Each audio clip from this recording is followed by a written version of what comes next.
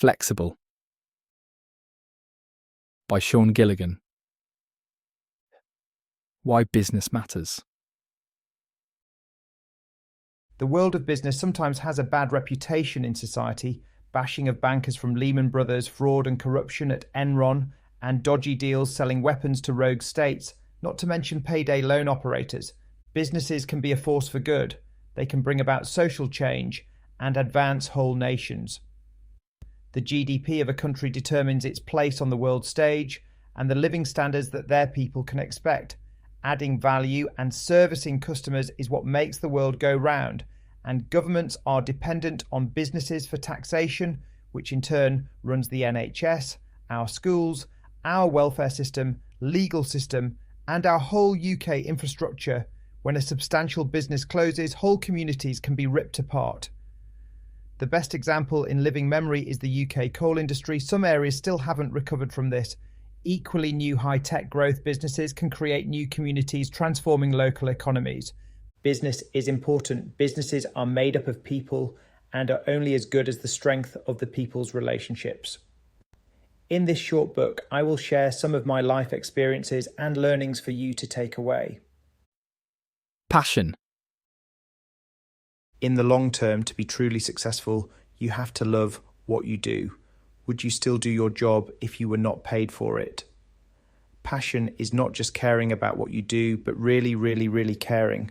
What is the purpose of your company? What is the mission and vision of the company? Can you get behind this with all your heart and soul? Expectations. When you have left a company, what will people say about you? Starting with the exit in mind, managing people's expectations is critical in business. Mismanagement of expectations can lead to poor business results. Clear objectives and memorandums of understanding are needed to avoid disappointment. Grey areas in business can lead to ambiguity, which means one person may feel let down.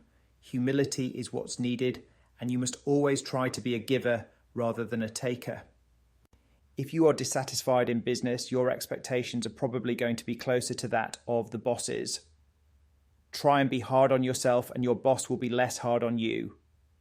Under-promise and over-deliver to ensure you deliver on time, on budget, and on quality. Try and put yourself in their shoes and make sure you understand what their requirements are and what deadlines need to be hit. It's easy to break a business objective, but it's much harder to break a promise. Keep your promises, say what you do, and do what you say. Persistence. Never quit. A mining company was drilling for gold for 20 years, and they gave up only to find they were 10 feet from hitting the jackpot. Lots of people will say it can't be done, you'll never make it, it's too difficult. Those people should spur you on to be even more determined. The greater the challenge, the greater your motivation should be. Success tastes that much better when the road is hard and long. It's a test of your grit and your determination. It takes 10,000 hours or 10 years to become an expert at anything. How can you get to your 10,000 hours more quickly? Have you got your 10,000 hours in yet? An example of when persistence is needed is when cold calling. The statistics are alarming. Very few people persist on the phone after 10 rejections. It's like skiing. If you're not falling, you're not trying hard enough. Likewise, if you are not getting rejected when you're cold calling, you're not being persistent enough. Do you get tough when the tough get going? Getting out of your comfort zone. You are only as good as your fourth weakness. In business, we all have strengths and weaknesses, and our habit is to gravitate to the stuff we are good at and enjoy. The stuff we don't want to do is the stuff we actually need to do. It might be having a difficult conversation. Perhaps it's working on the shop floor to better understand the production process. Visiting a difficult, unhappy customer might give you nightmares, but could be the best medicine you receive this year. There is always good in bad. What you actually find is the things that you think you don't like, you come to enjoy. What you have got to do is change your mindset. For instance, I love cold calling because I am going to help educate a customer and add value to their lives, making things easier, quicker, and more simple. The alternative is, I hate cold calling, I am going to get rejected. If you think positive, you get positive results. And if you think negative, yes, you've got it. You get negative results. And who wants negative results? Playing to your strengths and enjoying what you do is easy. However, you need to do some heavy lifting of the stuff you are less good at and find less fun. Actions speak louder than words. The best way to test good communication is to ask, did it happen? If the answer is no, then poor communication was at play and either the communicator or the recipient didn't understand the message. Stating when you want something done by and the reason why it needs to be done can increase the effectiveness of your communication. For example, I need the report by 3 p.m. because our key customer needs to report back to the board by 4 p.m. In the film The Iron Lady, featuring the life and times of Margaret Thatcher, the following rings true. It's about turning your thoughts into actions, your actions into habits. Your habits are your character, and your character is your destiny. We must act for today as there might not be a tomorrow. Speed is equal to value, and the faster we can over-deliver requests, the better we will look. Parkinson's law talks about how tasks fill the allotted time to complete. What if I was given half the time? Could I still get the tasks done? The triangle of cost, quality, and time needs to be remembered when executing tasks in business. Of course, if you increase the cost or time, the quality will go up. What you have to think about is how can I deliver 80% of the quality in 20% of the time? Remember, for every action, there is a reaction. Body language. Communication is 10% what you say, 20% how you say it, and 70% your body language. Have you ever seen a mismatch where someone's body language doesn't fit with what they are saying? With this in mind, it's important to be a happy person. If you smile at someone long enough, they will smile back. When you meet someone for the first time, look them in the eyes and smile at them to make them feel special and important. First impressions count, and although we should never judge a book by its cover, you should dress to impress. The truth is what matters. It's important when you are listening to people that you give them eye contact. Otherwise, it looks like you're not interested. If you have a tough conversation to have with someone, sometimes it's good to change the environment. People might associate certain locations, such as the boss's office, with bad experiences, and hence anchor this in their minds. Changing the environment and offering someone a tea or coffee can lighten the mood for a difficult conversation. Make sure when you are having a difficult conversation, you look people in the eyes. Recruitment. A pound invested in talent is worth its weight in gold. A pound invested on average people is a waste of money. A little extreme perhaps, but in terms of return on investment, it is true. Of course, great teams with no superstars can beat other Galacticos teams, but just not that often. Businesses need to return 3 times the profit on an annual salary. You need the right people in the right positions. You need to avoid hiring bad people who are negative, as this can destroy teams and spread like cancer.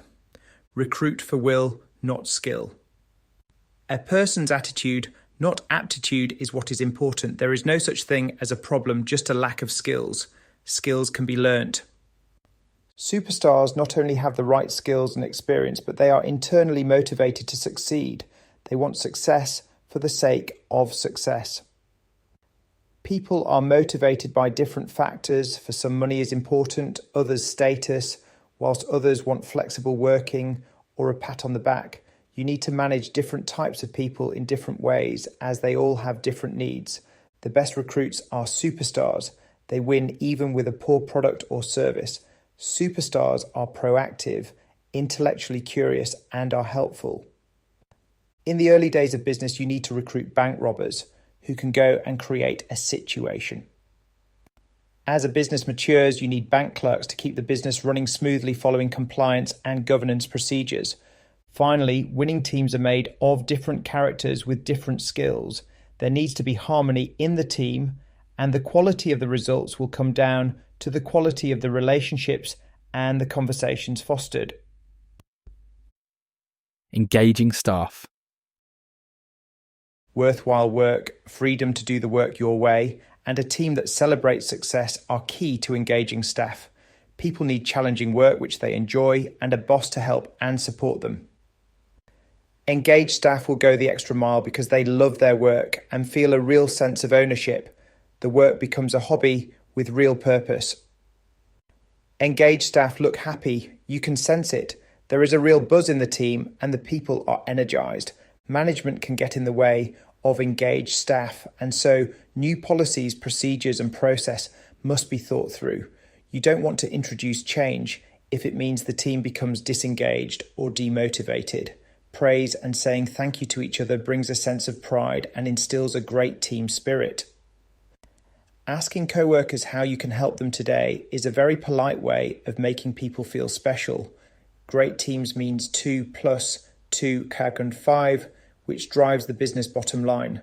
Success then breeds success. Sales. Sales is the lifeblood of any organization. Without sales, there is no business.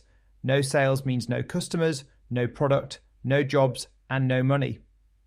Building a sales force requires recruiting people of a certain personality to drive the business forward. Salespeople need to be focused, driven, and persistent to accept rejection. Direct sales is when you sell directly to the customer, and channel sales is when you appoint a reseller to sell on your behalf. Channel salespeople need a different skill set to direct salespeople. Selling to resellers and existing customers needs farmers and account managers. Hunters are needed for new business development. Hunters are out for the kill and enjoy the thrill of turning a prospective customer into a key account. The key account is then passed on to an account manager to ensure the customer is kept happy and their needs are fulfilled. Sales performance is easy to manage. The answer to "did you hit your sales quota?" is a yes or no. If the answer is no, then it will either be down to the motivation of the sales professional or the training. In sales, there are 3 key measures for success. Firstly, how many leads you generate, then what is your conversion rate of appointments to orders, and finally your average order value, sometimes referred to the value of your shopping basket. You need to ensure in sales that the leads are qualified before driving hundreds of miles to appointments. Social media can be a great way to engage with prospects, connecting on LinkedIn or Twitter and offering free resources and advice. The key questions in sales that the prospects are asking are: who are you? Why should I care? And what is in it for me?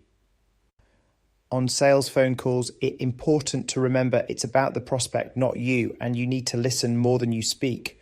You have 2 ears and 1 mouth. Use them proportionately. Furthermore, your tone on the phone matters. It's not what you say, but how you say it. Did you energize the conversation with enthusiasm, or was it as dull as dishwater? If you can't get enthusiastic about the product, why should they? The most important question to ask on a sales call is, what are your goals?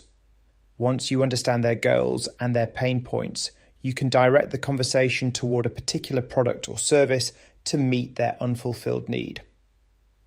Some products are necessary purchases, such as health and safety training. Others are more added value or luxury items, such as high-end cars or clothing, which people can do without. Understanding the types of product you are offering and how essential they are can help you design a sales pitch. In sales, it can often be just as hard to sell a $10,000 as it is to sell a one-meta deal. The bigger the deal, the longer the sales cycle, and it may take years to close the biggest contracts. In many procurement processes where the value of the request is over $50,000, tenders and requests for proposals are issued. This is often due to EU law and the need for transparency and fairness in procurement. You don't have to have the best product to have the best sales results. IBM in the 1980s didn't have the best product, but they did have the best sales force and became dominant in the market. Product. It's the product, silly. Some products sell and others do not. Your job is to create and bring to market products that enhance people's lives and solve a problem. Commodity products are often purchased on price. Other niche and higher value products have more to do with the people offering the product, the brand, and the unique selling proposition. The USP or unique selling point is understanding how your product can be differentiated against other similar products in the marketplace.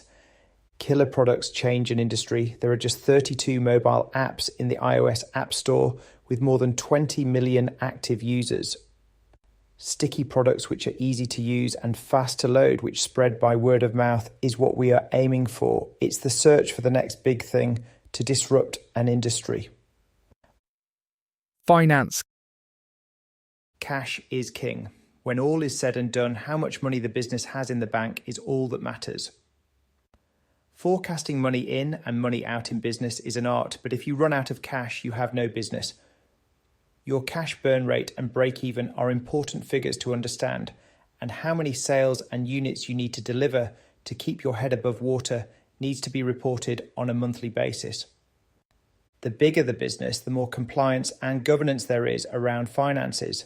Boards of directors look at monthly management accounts to analyse top-line growth and bottom-line profitability. The commentary of the management accounts and the variance on budgets are discussed by the board. The directors want to better understand budget shortfall and plans of action to ensure the numbers are delivered. Last year, this year, and planned numbers are reviewed, and businesses with 20% year-on-year growth are classified as gazelle businesses. A gazelle business is a high-growth business, and overtrading or running out of cash needs to be managed carefully.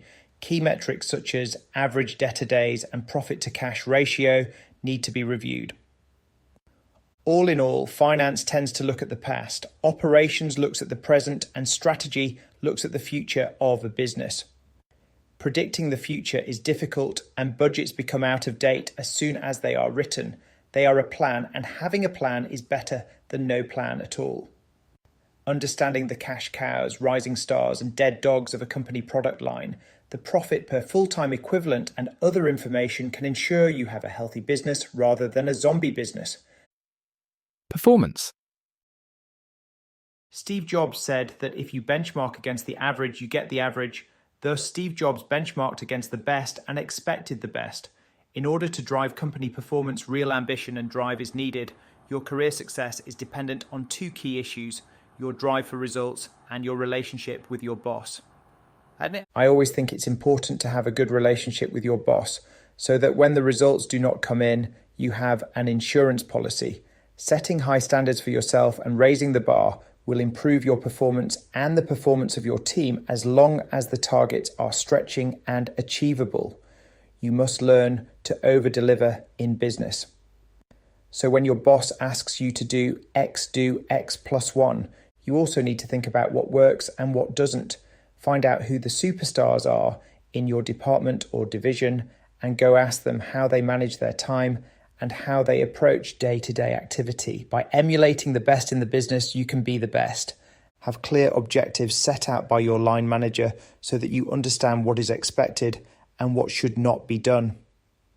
Be dissatisfied with yourself. Ask difficult questions such as, "What if I did this?" or "Why are we doing that?"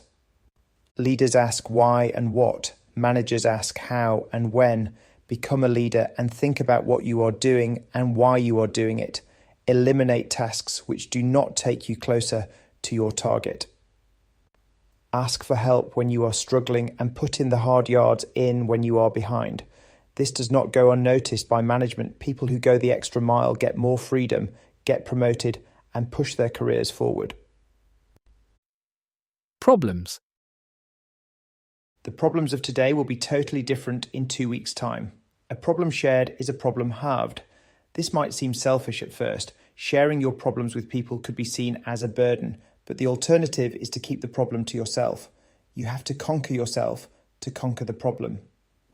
Whenever you have a problem and need help and advice from a manager, make sure you propose alternative solutions. There is nothing worse than a manager getting inundated with problem after problem. It's called too many monkeys on your back. Positive options moving forward and seeing the problems as an opportunity for change is what's needed. Usually there is time to consult others when facing an issue. However, in certain instances, there is not. When the house is burning down, you need to shout and get the people out of the building. Getting stressed about a problem is daft. What you need to realize, there is no such thing as a problem, just a lack of skill.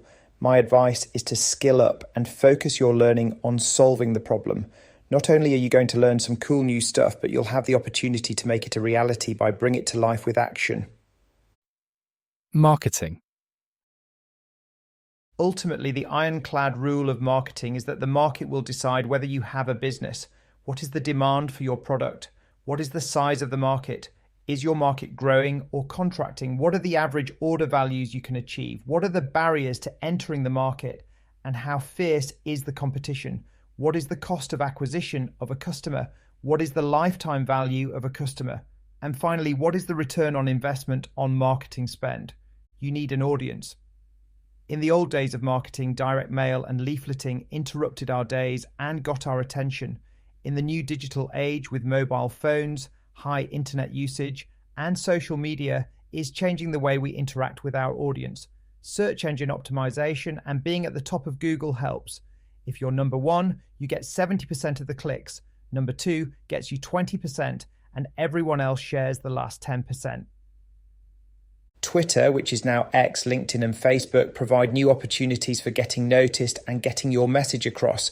These should be used in an integrated way. Free resources and white papers should be used to engage with an ever more choosy audience who do their internet research before making a purchasing decision.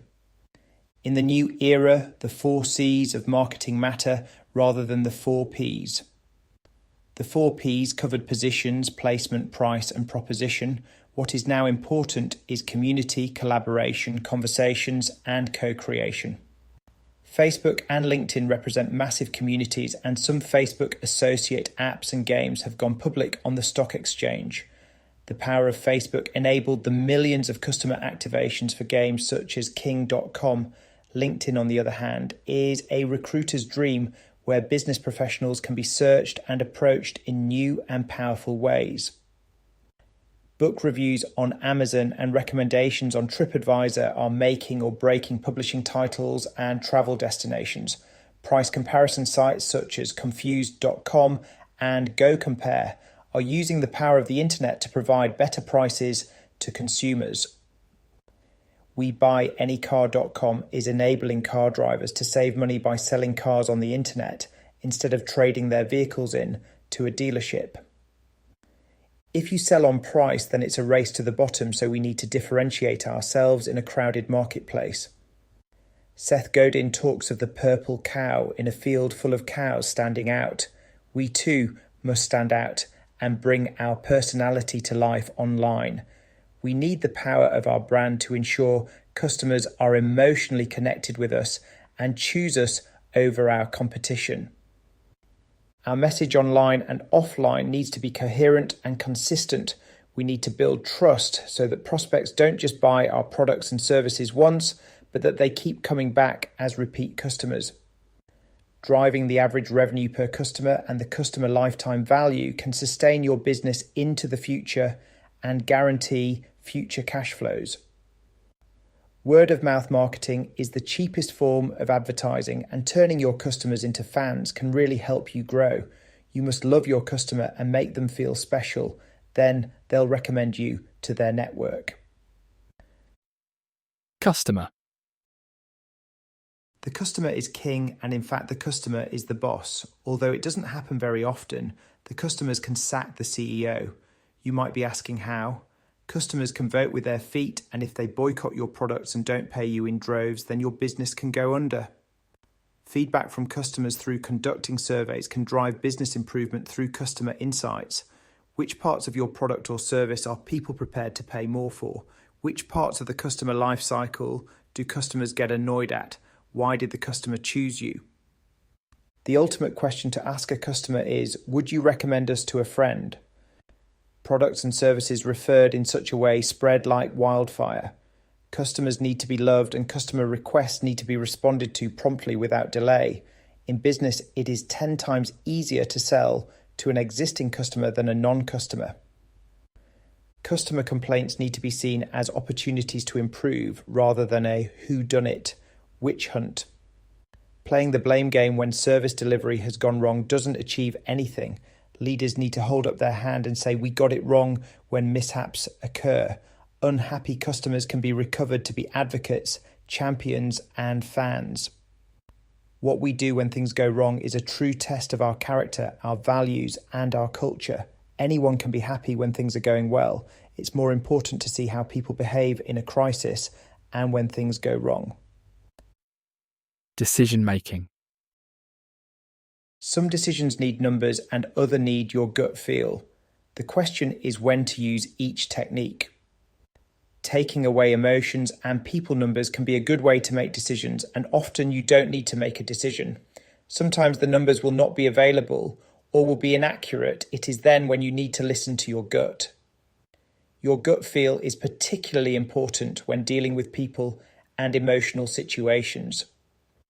A good question to ask is, knowing what we know now, would we make that decision again? The right decision today might be the wrong decision tomorrow. What's important is to have the courage to reverse decisions and eat humble pie when you get it wrong. For good decision making, you need to have edge to ensure you make a decision and don't just push the problem forward into the long grass. In some instances, no decision is the decision, but you must not procrastinate, and you should think of the upside and the downside. If the upside is far greater than the downside, then it's full steam ahead. If the risks far outweigh the benefits, then saying no is the right thing to do. Some people make decisions based on their own thoughts, others are more democratic and ask their inner circle for their opinions. Make sure when you are asking people's opinions that they have expert knowledge or insight. Self-education.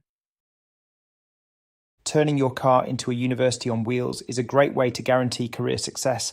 After all, we live in a knowledge-based society. iTunes free podcasts and paid for audiobooks are a great way of consuming knowledge relevant to your job.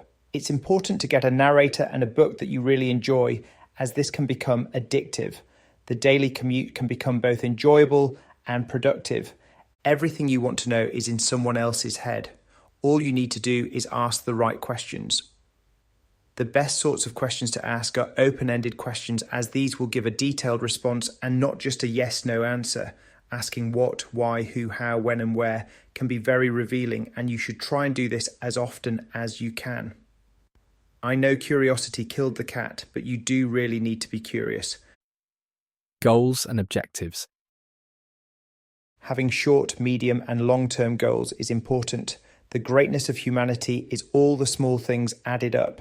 If you take your annual target and divide it into monthly, weekly and daily tasks, this can be very useful. Some people think that having targets adds a ceiling to achievement.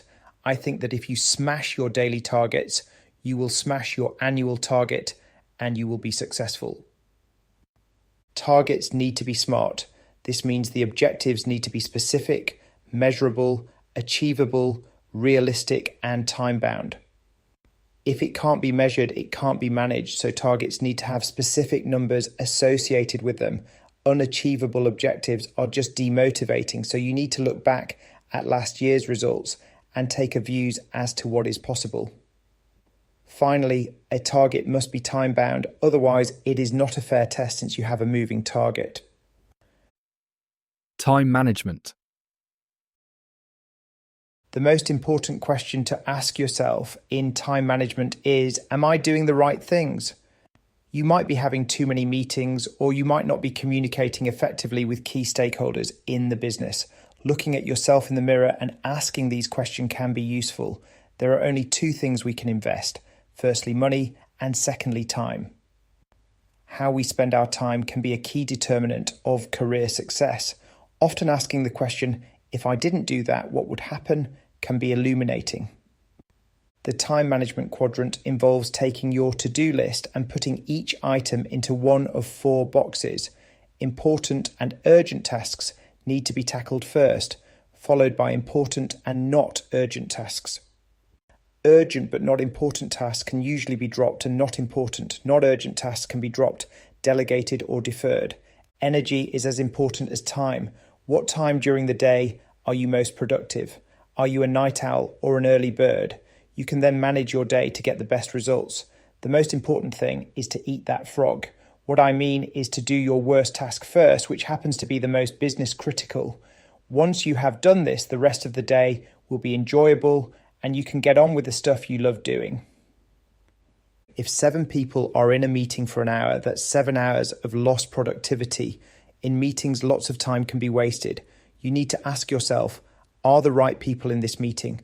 What can I contribute? What can I learn? And most importantly, what are the next steps? Meetings need a clear agenda which should be sent before the meeting, and meeting minutes should be circulated afterwards to agree actions and ownership. Remember, you can't get your time back. Personality types. Everyone on the planet is unique. We all have talents, and we must use these talents to the best of our ability to make our world a better place. However, there are certain broad types of people, and these personality types can be matched to preferred occupations. Jim Knight, an American-born business consultant, has designed IMA strategies, www.imastrategies.com, for evaluating personality types. There are 4 main types of personality: big picture creative, yellow; big picture logical, red; mastery of detail, logical, green; and a mastery of the details, creative, blue. Although there are no hard and fast rules, marketing people are often found to be yellows, whilst programmers and accountants are green. Blues tend to be great customer support people and relationship managers, whilst reds are often very goal-oriented and completer finishers. They make great salespeople. Big picture people tend to talk fast, whilst mastery of detail folks prefer a slower paced. Learning where people prefer a slow or fast pace can help when you are communicating with people and building relationships. Creative people make decisions based on people and feelings, whilst logical people would like to see the numbers and data in the argument. Lean and mean. Lean theory addresses the need for driving efficiency and effectiveness in business. Business are evolving all the time, and it is easy to bring about extra complexity, which can cause problems. Less is more, and we need to eliminate waste in our businesses. Waste might be a customer waiting too long for a product, or a business shipping a defective products. Total quality management and getting products right first time will reduce waste in the long run. In the book, The Toyota Way Kaizen, continuous improvement, is described. When issues emerge on the Toyota production line, all the staff stop work and gather round to see what the problem is. This happens quite a lot at first, but over time this improves and quality standards are driven upwards. Making business processes simpler can be challenging. However, complexity and complacency in businesses needs to be eliminated. It is a good idea to pretend to be the product, going through the process from start to finish. How did it feel? How could the process be improved? How could it be quick, faster, and cheaper? Leadership. What is leadership? For some people, it means being followed. I actually believe it is the ability to change a person. It's about doing the right thing, however difficult that is.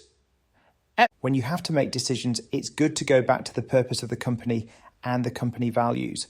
Our purpose is to create jobs. So, does the decision create or cut jobs? Our core value is flexibility. So again, are we being flexible? In Jim Collins' book, Good to Great, he describes the level 5 leader as someone who is humble. The higher up you go in an organization, the higher your emotional intelligence needs to be. Emotional intelligence comes with age, but self-regulation, self-awareness, empathy, and social skills are needed by all great leaders. It's not IQ, but EQ that matters. You don't need to know everything about the business, you just need to have the phone number of the person who knows the answer. John Timpson has written a book on bottom-up management. Here he describes how the management hierarchy can be turned on its head with the managers supporting the frontline staff. Decision-making is then devolved to the frontline staff.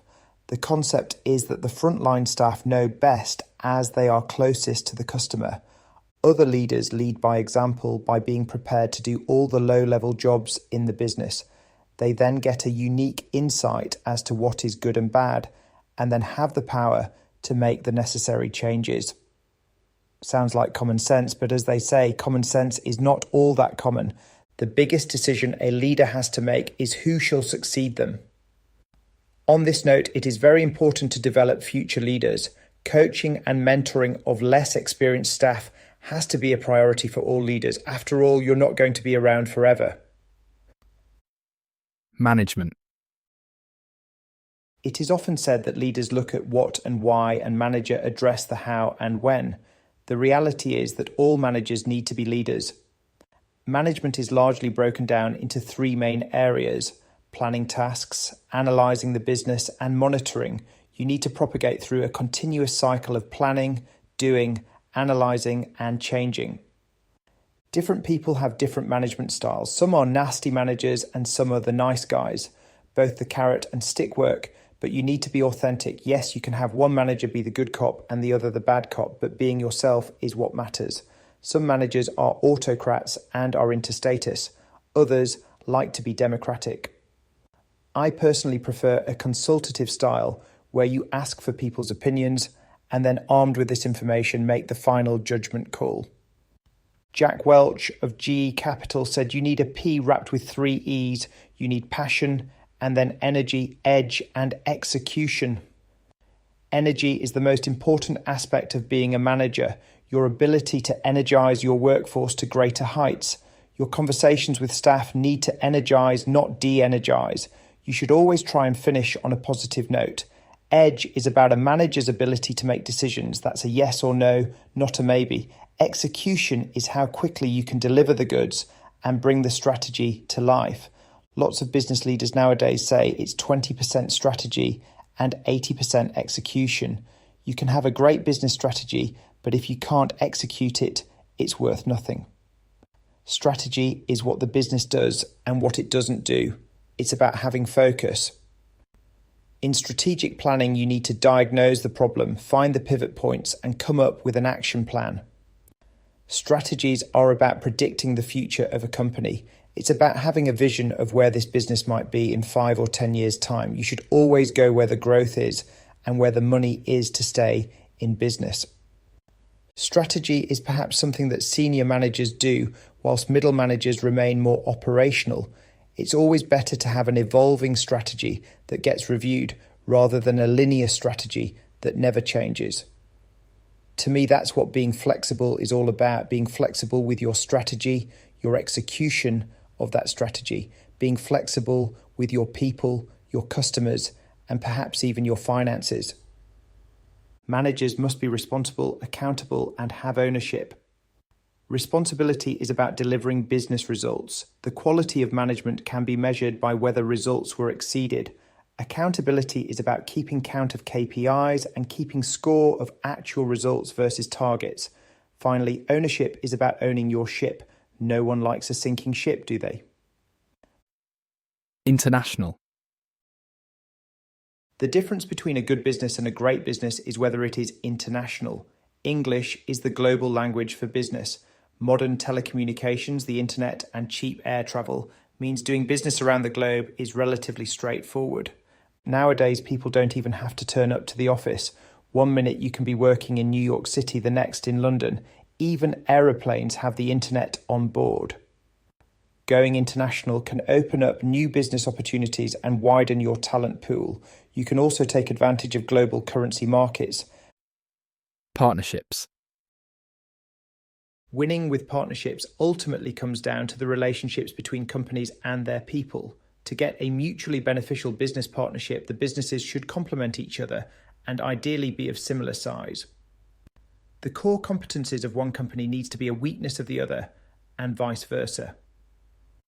New companies often tackle a market with a joint venture and a new entity is established. Win-win partnerships can create a 2+2 rounds of 5 scenario, reducing costs of sales and opening up new opportunities. Channel sales are where companies sell their product indirectly through other channels can be highly lucrative. You need to sell your product and service to a value-added reseller who then sells your service to the customer. Indirect sales like this can take longer to establish, but when they are set up can prove to be fruitful as you have effectively recruited another company's sales force. Providing your product does not conflict with the value-added proposition of the third party. The lifetime value of these partnerships can bolster sales. Partnerships come with risks as well as rewards. Some companies do ask for exclusivity, and adding a time limit on such contracts or a minimum payment threshold can de-risk this for a business if the relationship does not work out. Always start partnerships with the exit in mind. What happens if it goes wrong? What if these partners divulge company secrets to competitors? Non-disclosure agreements are needed to protect yourself from such wrongdoings. You need to build trust with partners, and pilot periods can help assess if the businesses are a good match.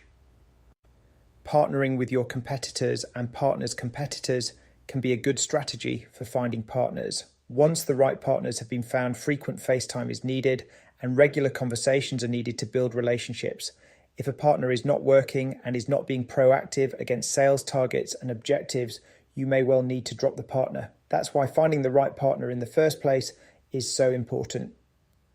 In order to ensure the partners are energized, it's always worth giving away a decent percentage of the gross profit margin, otherwise they may not get excited about your product. What percentage you give away will depend on exclusivity, the size of the partner's channel, and how much budget they are going to allocate to promoting your product to their audience. Stepped revenue shares, where the percentage increases upon particular sales targets being reached, can also incentivize partners to push your products harder.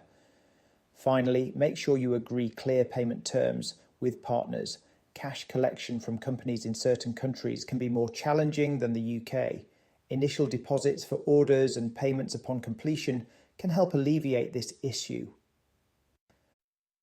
Legal issues.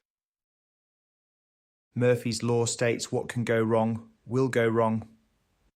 With this in mind, ensuring your company is protected with strong commercial contracts and employment contracts can avoid being brought to tribunal or ending up in the Old Bailey. The larger the business becomes, the more legal issues start to crop up. Who owns the IP of your software? What are the terms of employment contracts? What business insurance do you have? What non-compete clauses do you have for key members of staff? And how enforceable are they? Outsourcing these issues to professional law firms and HR consultants is usually the best approach.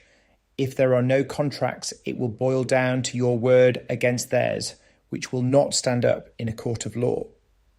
Usually when this happens, out-of-court settlements are agreed during these types of disputes.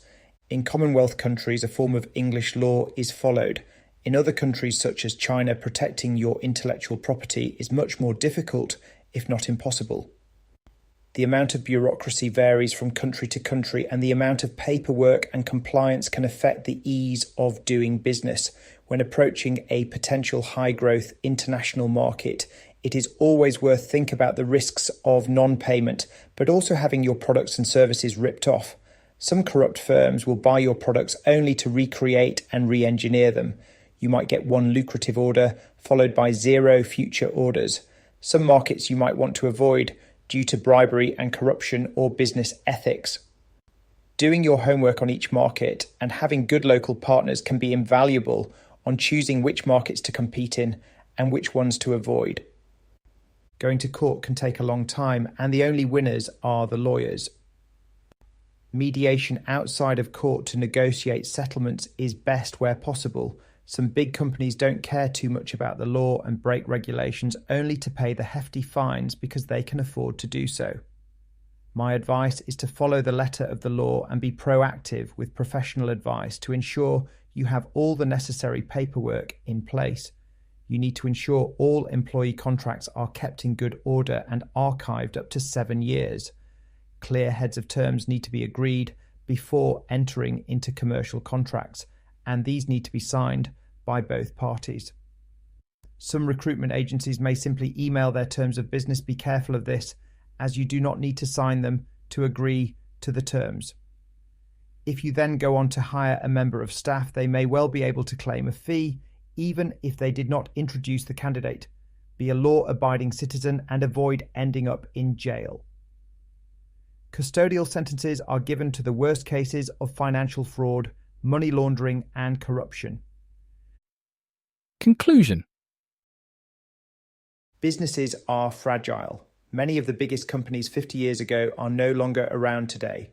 The purpose of the business is the most important, and getting staff to align with the vision, where you are going, and the mission, how you are going to get there. Business changes rapidly. Staff mature and learn new skills, and some staff move on. Product lines change, At any moment, the cash cow can be replaced by a rising star product. Government policies, regulations, and the environment can make business harder or easier. Supply and demand can dictate a business's success, but I believe what matters the most is a winning team. A winning team can be successful even if the product is not the best and the market is not the most buoyant. We must be curious in business, to always be on the lookout for opportunities and ask the right questions about people, products, markets, and finances.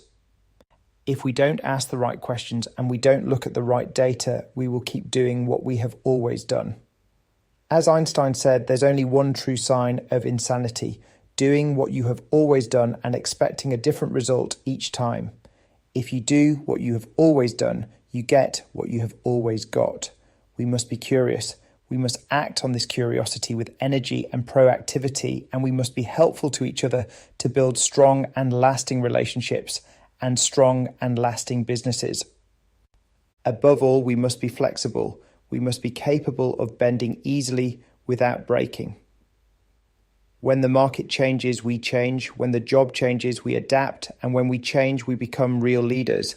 We must ensure the products we produce meet the customer's needs. We must continuously improve.